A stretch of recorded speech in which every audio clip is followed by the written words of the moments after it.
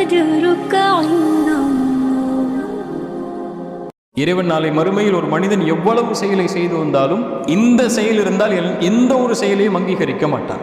எல்லாரும் இருக்கும்போது ஒருவனுக்கு தனிமையில் தங்குறதுக்கு எப்போ அனுமதிக்கப்படும்னா, நிர்வாணமாக ஒரு பெண் இருந்தாலும் அந்த பெண்ணை பார்க்கும்போது இறைவனை பயப்படக்கூடிய எண்ணம் அவனுக்கு வரும் என்ற தக்குவாவை அவன் சுமந்தால் மட்டுமே அவன் தனிமையில் தங்குறதுக்கு அனுமதிக்கப்படும். கதவுகளை திறந்து வைங்க, ஜன்னல்களை திறந்து வைங்க, மொபைல் பாஸ்வேர்டு போடாதீங்க, போட்டால் அவங்க பிள்ளைகள் போட்டால் அனுமதிக்காதீங்க, ஹிஸ்ட்ரியை டெலீட் பண்ணுறதுக்கு அனுமதிக்காதீங்க பிள்ளைகளை. அவங்க என்ன செய்கிறாங்க என்ன பார்க்குறாங்கிறத அவங்களுடைய வயது அடைந்து அவர்கள் தெளிவடைந்து அவங்க ஹலாலான உறவுக்கு போகிற வரைக்கும் கண்காணிங்க. உன்னுடைய தந்தை கூட உன்னை தொடுவதற்கு ஒரு எல்லை இருக்குது, உன் சகோதரன் உன்னை தொடுவதற்கு எல்லை இருக்குது, ஒரு வயது. உன்னுடைய உறவினர்கள் உன்னை தொடுவதற்கு ஒரு வயது வரைக்கும் தான், அதுக்கப்புறம் உன்னை தொடுவதற்கு அனுமதிக்க கூடாது. நீ பாவத்திலிருந்து இந்த மாதிரி காரியத்திலிருந்து வெளியே வரணும்னு ஆசைப்பட்டியா? நீ போராட வேண்டிய முதல் போராட்டம். அல்கஸ்வா டிவி நேயர்கள் அனைவருக்கும் அஸ்ஸலாமு அலைக்கும் வரஹ்மத்துல்லாஹி வபரகாத்துஹு. மற்றும் ஒரு நிகழ்ச்சியினூடாக உங்களை சந்திப்பதில் பெரும் மகிழ்ச்சி அளிக்கிறோம். அல்ஹம்துலில்லாஹ். இன்றைய நிகழ்ச்சியில் நம்மளோடு இணைந்திருக்கிறார்கள் நேசத்துக்குரிய சகோதரர் மௌலவி அப்துல் பாசித் புகாரி அவர்களோட நிறைய விஷயங்களை குறித்து இன்ஷா அல்லாஹ் இன்றைய தினத்தில் பேசியிருக்கிறோம். அஸ்ஸலாமு அலைக்கும் வரஹ்மத்துல்லாஹி வபரகாத்துஹு. வஅலைக்கும் ஸலாம் வரஹ்மத்துல்லாஹி வபரகாத்துஹு. எப்படி இருக்கீங்க ஷேக்? அல்ஹம்துலில்லாஹ். ரெண்டு பேர் எப்படி இருக்கீங்க? அல்ஹம்துலில்லாஹ், நல்லா இருக்கலாம். அண்ட் கரெக்டாக கொஸ்டின்ஸ்குள்ளே போகலாம் அப்படின்னு சொல்லி நினைக்கிறேன் இன்ஷா அல்லாஹ். இன்றைக்கு இருக்கக்கூடிய வாலிபர்களுக்கும் அவர்களுடைய பெற்றோர்களுக்கும் மத்தியிலுமான உறவு அப்படிங்கிறது ரொம்ப பாரதூரமான ஒரு விஷயமாக இன்றைக்கு சமூகத்தில் பார்க்க முடியுது. என்ன சொன்னால், இன்றைக்கி இஸ்லாமிய சமூகத்து மத்தியில் கூட நிறைய முதியோர் இல்லங்கள் அதிகரிக்கப்பட்டிருக்கு.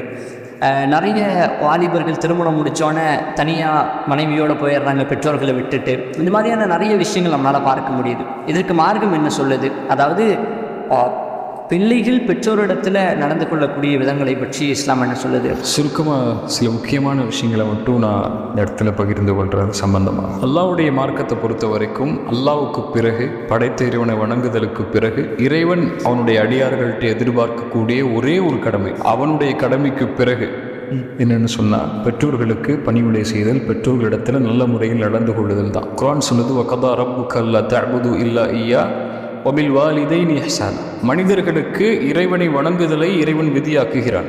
அதற்கு பிறகு அல்லாஹ் என்ன சொல்கிறான்னா, பெற்றோர்களிடத்தில் நல்ல முறையில் நடந்து கொள்ளுதலை இறைவனுக்கு பிறகு இறைவன் விதியாக்குகிறான் அப்படின்னு சொல்கிறான். குர்ஆனில் ரெண்டு வசனங்கள், குர்ஆனில் 3 வசனங்கள் இருக்குது.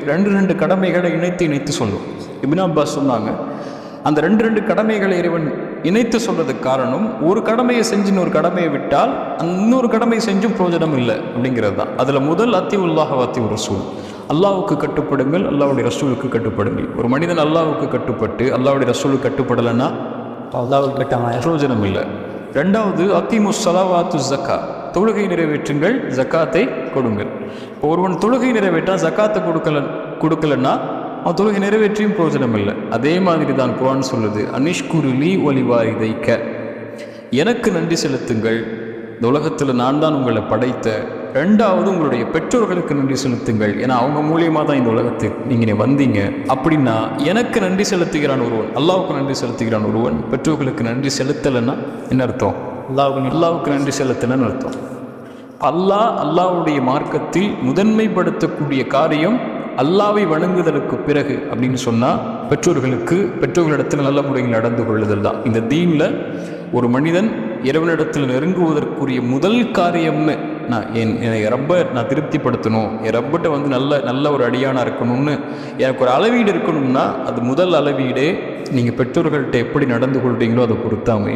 ரெண்டாவது, இறைவனிடத்தில் நீங்கள் மிகப்பெரிய கெட்டவராக, இறைவனுக்கு நன்றி செலுத்தாத ஒரு அடியானாக ஆகுவதற்கு, இறைவனை மறுப்பதற்கு பிறகு ஒரு பெரிய பாவத்தை நீங்கள் செய்யணும்னா, உங்கள் பெற்றோர்களிடத்தில் போய் நோவினை செஞ்சுருங்க, உங்கள் பெற்றோர்களை காயப்படுத்திடுங்க, உங்கள் பெற்றோர்கள் கண்ணீர் வடிக்கிறது காரணமாயிருங்க, உங்கள் பெற்றோர்கள் உங்களை வெறுக்கிறது காரணமாயிருங்க, அவ்வளோதான் போதும். இறைவனை மறுப்பதற்கு பிறகு ஒரு பெரிய பாவம் அல்லாஹ்வுடைய தீனில் அதுதான், அல்லாஹ்வுடைய மார்க்கத்தில் அதுதான். அல்லாஹ்வுடைய தூதர் ஸல்லல்லாஹு அலைஹி வஸல்லம் சொன்னாங்க, நாளை மறுமையில் ஒரு அடியானை இறைவன் பார்க்கவே மாட்டான்.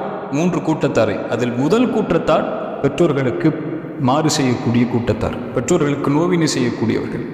இறைவன் நாளை மறுமையில் ஒரு மனிதன் எவ்வளவு செயலை செய்து வந்தாலும் இந்த செயல் இருந்தால் எந்த ஒரு செயலையும் அங்கீகரிக்க மாட்டான். அந்த செயல் அல்லாஹ்வுடைய தூதர் சொன்னாங்க, பெற்றோர்களுக்கு நோவினை செய்கிறது. ஸல்லல்லாஹு அலைஹி வஸல்லம் சொன்னாங்க, ஒரு மனிதன் நாசமாகுவான். பிறகு சொன்னாங்க ரகிப அன்ஃபுஹு, அவன் நாசமாகுவான். சும்ம ரகிப அன்ஃபுஹு, பிறகும் நாசமாகுவான்.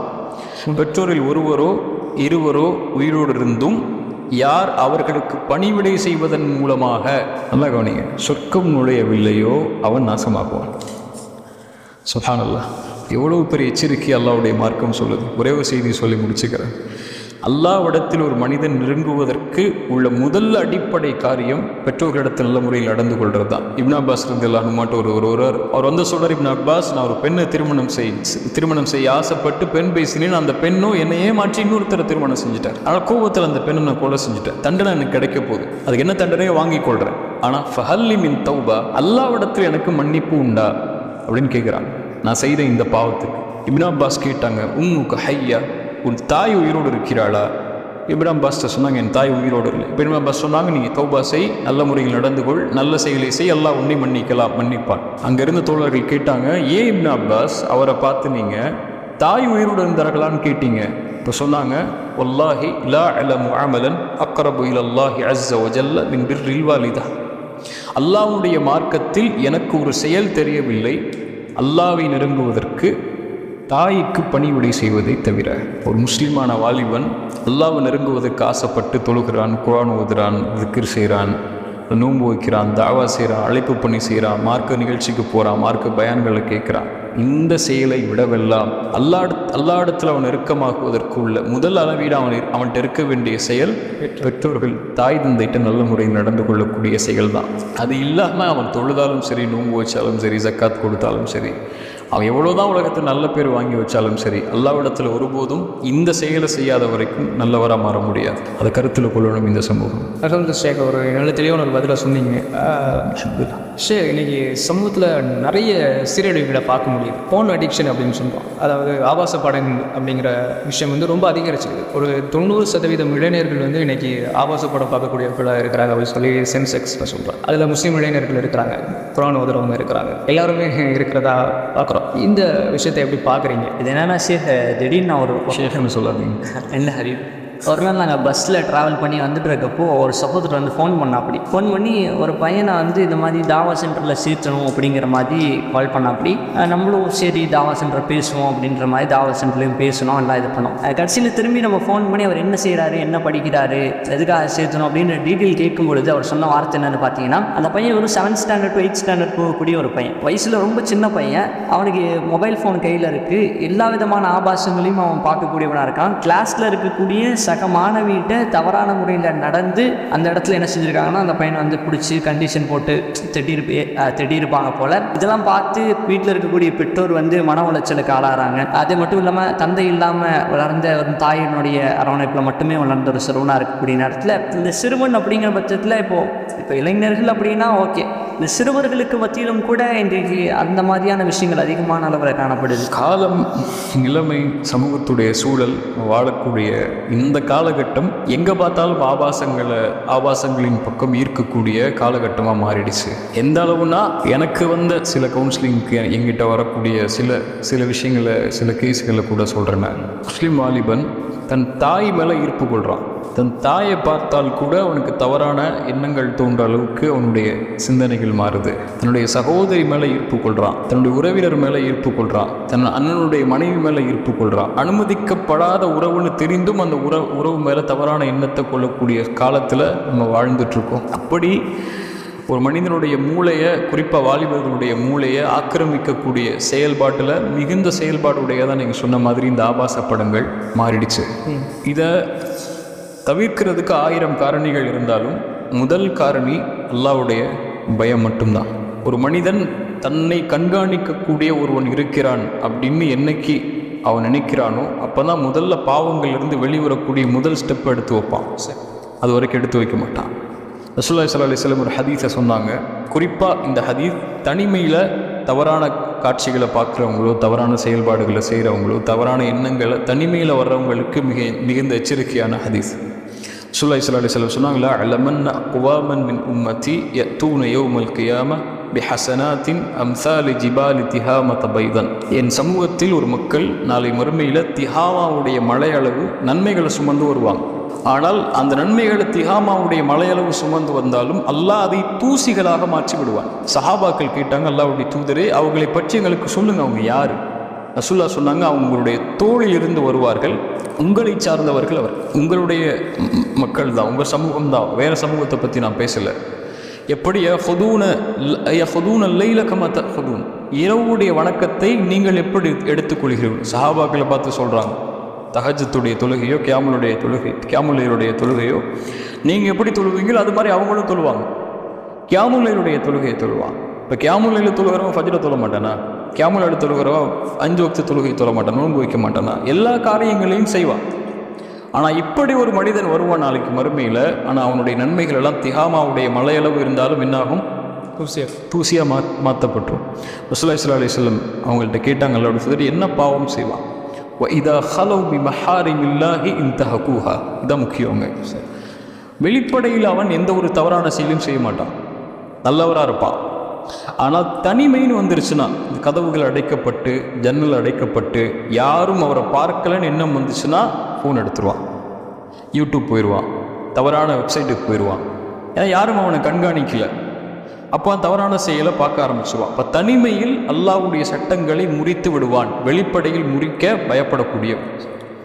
வெளிப்படையிலே பயப்படுறான். அப்போவை சமூகம் பார்க்க பெற்றோர் பார்த்துருவாங்க, அண்ணன் பார்த்துருவான், தம்பி பார்த்துருவா, அல்லது வேலைக்காரங்க இருக்காங்க அவங்க பார்த்துருவாங்க, ஃப்ரெண்டு பார்த்துருவான், ஆசிரியர் பார்த்துருவாங்க அப்படின்னு வெளிப்படையில் பயப்படுவான்.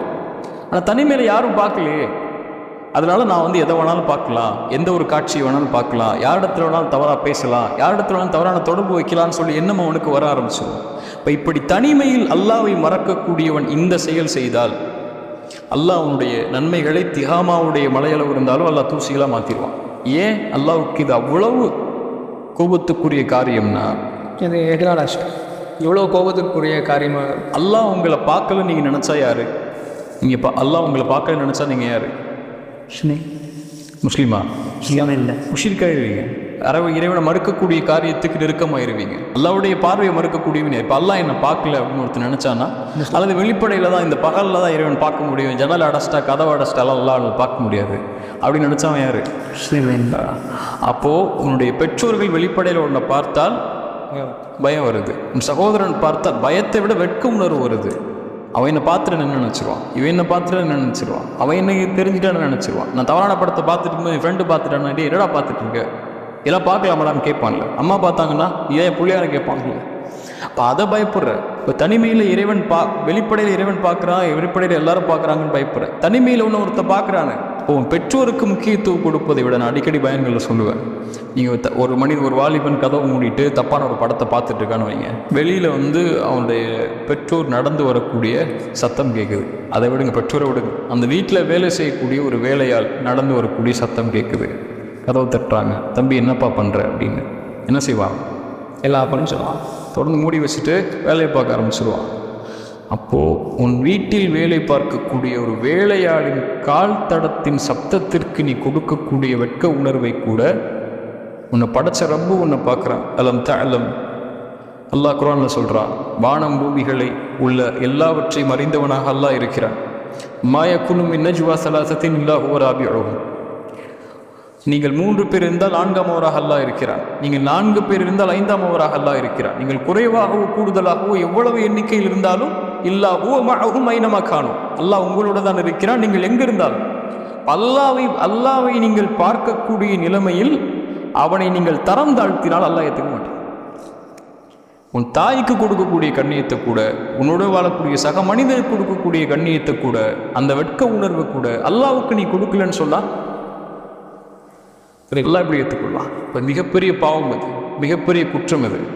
அப்படி ஒரு அந்த ஈமான் இருக்கு இல்லையா, இப்போ தனிமையில் நான் இருக்கிறேன், என்ன அல்லாஹ் பார்த்துட்டு இருக்கிறான் அப்படிங்கிற எண்ணம் எனக்குள்ள வலுவாக வரணும் அப்படின்னு சொன்னால் நான் என்ன செய்யணும்? என்னுடைய செயல்பாடு, முதலாவது செயல்பாடு அஸ்ஸலா, தொழுகை. 5 வக்து தொழுகையை தொழுகிறதுக்கு போராடு. உள்ளத்தில் நீ பாவத்திலிருந்து இந்த மாதிரி காரியத்திலிருந்து வெளியே வரணும்னு ஆசைப்பட்டியா, நீ போராட வேண்டிய முதல் போராட்டம் தொழுகையில்.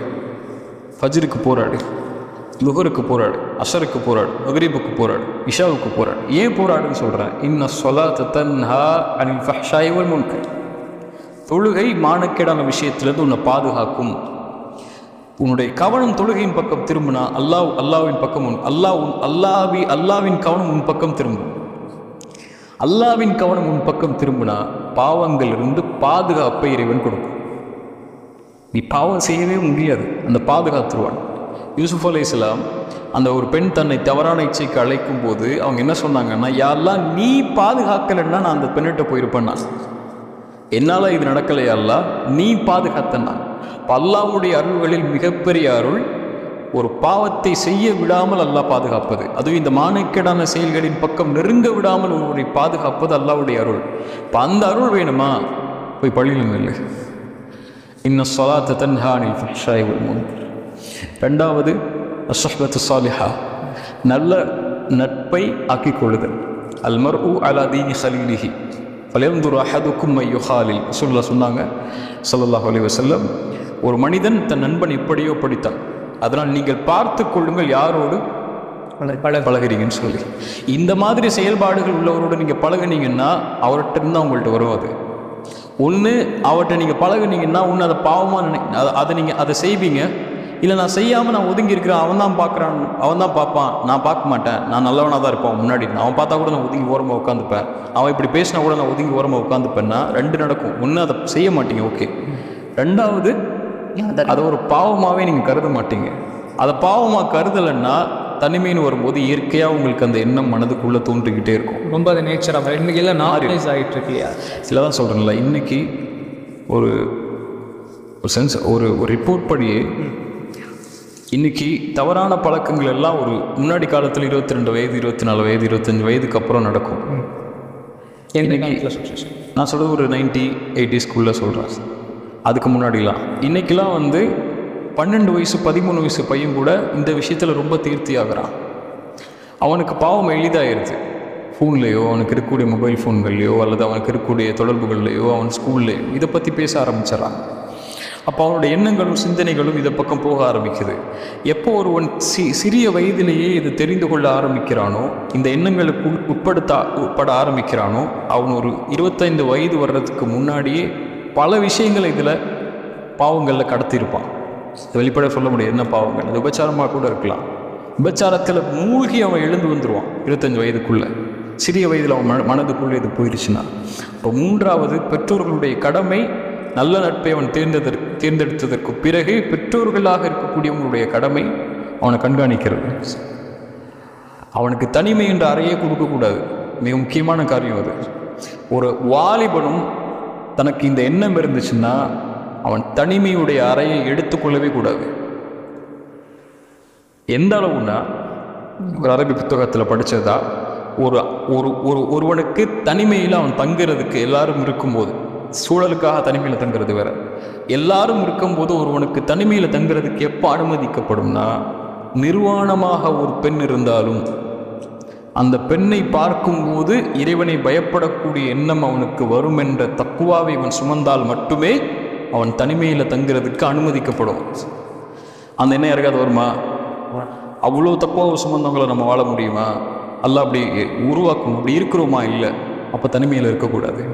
கதவுகளை திறந்து வைங்க, ஜன்னல்களை திறந்து வைங்க, மொபைல் பாஸ்வேர்டை போடாதீங்க, போட்டால் உங்கள் பிள்ளைகள் போட்டால் அனுமதிக்காதீங்க, உங்கள் ஹிஸ்ட்ரியை டெலீட் பண்ணுறதுக்கு அனுமதிக்காதீங்க பிள்ளைகளை. அவங்க என்ன செய்கிறாங்க, என்ன பார்க்குறாங்கிறத அவங்களுடைய வயதடைந்து அவர்கள் தெளிவடைந்து அவங்க ஹலாலான உறவுக்கு போகிற வரைக்கும் கண்காணிங்க. அப்படி கண்காணிக்கக்கூடாது, என் கட்டுப்பாட்டில் இருப்பான்னு சொன்னால் நிர்பந்திங்க. நீ கண்காணிக்கப்பட்டதாக ஆக, நீ இப்படி தான் இருக்க முடியும். உன்னுடைய அறையுடைய கதவு மூடப்படக்கூடாது, ஜன்னல் மூடப்படக்கூடாது. எப்புள்ள தானே என்ன வேணாலும் அவன் என்ன வேணாலும் பார்த்துக்கிட்டு அவனுக்கு சுதந்திரம் இருக்குது. அப்படி நீங்கள் விட்டீங்கன்னா நாளைக்கு மறுபடியும் எல்லாம் அவங்களை பிடிச்சிருவான். இப்போ தனிமையை தவிர்த்து கொள்ளணும். பெற்றோர்களும் தனிமையை ஏற்படுத்தக்கூடாது. இந்த மாதிரி காரியங்கள் மட்டும்தான் அவனை அதிலிருந்து வெளியே கொண்டு வரும். இல்லைன்னா அவனை சிறு வயதிலேயே நுழைக்கப்பட்டுட்டிங்கன்னா இன்னும் எல்லையற்ற பாவங்கள் வரக்கூடிய காலத்தில் இன்னும் அவன் தன்னை அழித்துக் கொள்வதற்கு அது காரணமாயிடும். பெற்றோர்கள் கண்காணிக்கணும் அப்படின்னு நம்ம சொல்கிறோம் இல்லையா? இப்போ தான் எல்லாமே நார்மலைஸ் ஆகிடுச்சு. இன்ஃபேக்ட் பெற்றோர்களும் ஃப்ரீடம் அப்படிங்கிற பேரில் அதை அனுமதிக்கிறது அப்படிங்கிறது எப்படி இதை ஃப்ரீடம் ஆக்குவீங்க? ஃப்ரீடம் அப்படின்னு சொன்னால் என்ன சொல்கிறேன் அப்படின்னா, நான் ஒரு தவறு செய்கிறேன் அப்படின்னு சொன்னால் நான் அதை கேஷுவல் என்னோட ஃப்ரெண்ட்ஸ்கிட்ட பேசுகிறேன் அப்படிங்கிறது அது ஒரு குற்றமாக பார்க்கப்படல. நீங்கள் சொன்ன மாதிரி தவறான ஒரு ஆட்கள் பழகிறோம் அப்படின்னு சொன்னால் இல்லை, குறிப்பாக நீங்கள் சொல்கிற மாதிரி நான் ஒன்று சொல்கிறேன். செக்ஸ் எஜுகேஷன் இன்றைக்கி உலகத்தில் எல்லாருமே சொல்லக்கூடிய செக்ஸ் எஜுகேஷன் குழந்தைகளுக்கு சொல்லிக் கொடுக்கப்படணும்னு சொல்லி இதில் இந்த வெஸ்டர்ன் கண்ட்ரியில் இருக்கக்கூடிய செக்ஸ் எஜுகேஷனை பற்றி நான் பேச வரல, அது வேறமான செக்ஸ் எஜுகேஷன். குழந்தைங்களுக்கு போய் எப்படி செக்ஸ் பண்ணணும், எப்படி வந்து ஒரு ஆண் ஒரு பெண்ணோட சேரணும், ஒரு ஆண் எப்படி பெண்ணோட சேரணுங்கிற எண்ணத்தை உட்படுத்துறது இல்லை செக்ஸ் எஜுகேஷனுங்கிறது. இஸ்லாம் சொல்லக்கூடிய செக்ஸ் எஜுகேஷனை ஒரு ஆணுக்கும் ஒரு பெண்ணுக்கும் கற்றுக் கொடுக்க வேண்டிய பொறுப்பு பிள்ளைகளுக்கு கற்றுக் கொடுக்கக்கூடிய பொறுப்பு பெற்றோர்களுக்கு வந்துருச்சுன்னா நீங்கள் சொல்லக்கூடிய இந்த விஷயங்கள்லாம் நடக்காது. ஒரு ஆண்னா யார், நீ யார், நீ ஒரு ஆண். உன்னுடைய தேவை நிறைவேறுவதற்கு ஒரு வயது இருக்குது. அந்த வயதுக்கு வரும்போது நீ திருமணம் செய்யணும்.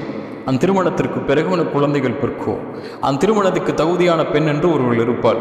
அவள் நீ தேர்ந்தெடுக்கலாம் அல்லது நாங்கள் தேர்ந்தெடுத்து உனக்கு கொடுக்கலாம். விருப்பத்தின்படி திருமணம் செஞ்சு அந்த பெண் மட்டும்தான் நீ வந்து கவர்ச்சி பொருளாகவோ அல்லது அந்த பெண்ணுடைய முழுமையான உரிமையாளனா நீ மாறுவதற்கு அனுமதிக்கப்படுவ. அதுக்கு முன்னாடி இருக்கக்கூடிய எல்லா பெண்களும் உனக்கு தாய் மாதிரி, உன் சகோதரி மாதிரி, உன்னுடைய உறவினர் மாதிரி. எப்படி உன் தாயை நீ தப்பான பார்வையில் பார்க்க மாட்டியோ அந்த மாதிரி அந்த பெண்ணையும் நீ தப்பான பார்வையில் பார்க்கக்கூடாது. எப்படி உன் தாய் இடத்துல வந்து ஓரளவு நெருக்கத்தை கடைபிடிக்க மாட்டியோ அதே மாதிரி அந்த பெண்களிடத்துலையும் நெருக்கத்தை கடைபிடிக்கக்கூடாது. இப்படிங்கிற ஒரு வரைமுறை ஒரு ஆணுக்கு சொல்லிக் கொடுக்கணும். ஒரு பெண்ணுக்கு பெற்றோர்கள் சொல்லிக் கொடுக்கணும், நீ ஒரு பெண், நீ வந்து இயற்கையாகவே ஒரு ஆணுடைய கவனத்துக்கு உட்படுத்தப்படுவ. யாராக இருந்தாலும் ஒரு பெண் மேலே ஈர்ப்பு ஏற்படும். இந்த வயசில் கூட, நீ சின்ன வயசில் இருக்கும்போது கூட ஏற்படும். அப்போ உனக்கு தகுதி இல்லாத எந்த ஒரு ஆணும் உன்னை தொடுவதற்கு நீ அனுமதிக்கக்கூடாது. நீ வந்து இல்லைன்னு சொல்லி பழகு. யாராவது உன்னை தொட்டாங்கன்னா நீ தொடக்கூடாதுன்னு சொல்லி பழகு. சின்ன வயசுல இருந்தாலும் சரி. உன்னுடைய தந்தை கூட உன்னை தொடுவதற்கு ஒரு எல்லை இருக்குது. உன் சகோதரன் உன்னை தொடுவதற்கு எல்லை இருக்குது, ஒரு வயது இருக்குது. உன்னுடைய உறவினர்கள் உன்னை தொடுவதற்கு ஒரு வயது வரைக்கும் தான், அதுக்கப்புறம் உன்னை தொடுவதற்கு அனுமதிக்கக்கூடாது. இப்படிங்கிற ஒரு கல்வியை கொடுக்கறது தான் ஒரு பெண் தன்னை எப்படி பாதுகாத்து கொள்ளணும் இந்த மாதிரி செயல்பாடுகளில் இருந்து அப்படிங்கிற கல்வியை கொடுக்கறது தான் ஒரு ஆண் தன்னை எப்படி பாதுகாத்து கொள்ளணும், ஒரு பெண்ணை அவன் எப்படி பார்க்கணும், அவன் எந்த மரியாதையோட, எந்த கண்ணியத்தோட, எந்த பார்வையோட, எந்த ஒரு எண்ணத்தோட ஒரு பெண்ணை பார்க்கணுங்கிற கல்வியை கொடுத்து அவனை பாதுகாத்து கொள்ளக்கூடிய கல்வி தான் இஸ்லாம் சொல்லக்கூடிய செக்ஸ் எஜுகேஷன். சரியா? இதை கற்றுக் கொடுக்கணும்.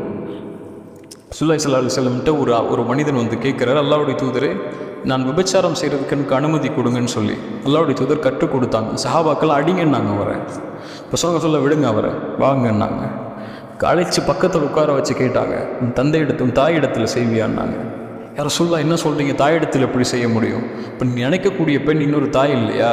இப்போ கேட்டாங்க, உன்னுடைய சகோதரி இடத்துல செய்வியான்னாங்க, உன்னுடைய பிள்ளை இடத்துல செய்வியா, உன்னுடைய சாட்சி இடத்துல செய்வியான்னாங்க. எப்படி அல்லாஹ்வுடைய தூதர் இருந்தாங்க? இப்போ அவங்கெல்லாம் அவங்களுடைய உறவு இல்லையா? ரசூலுல்லாஹி ஸல்லல்லாஹு அலைஹி வஸல்லம் அவங்களோட நெஞ்சத்தை கை வச்சு சொன்னாங்க, அல்லாஹ்வுடைய கல்வை சுத்தப்படுத்து, இவர் இதில் கெட்டிருக்காரு, இவருடைய எண்ணங்களை சுத்தப்படுத்து அப்படின்னு அல்லாஹ்வுடைய தூதர் ஸல்லல்லாஹு அலைஹி வஸல்லம் அவரை சுத்தப்படுத்தினாங்க. இப்போ இப்படி அவர்களுக்கு சொல்லிக் கொடுக்கக்கூடிய முறையை சின்ன வயசுலேருந்தே பழக்கணும்.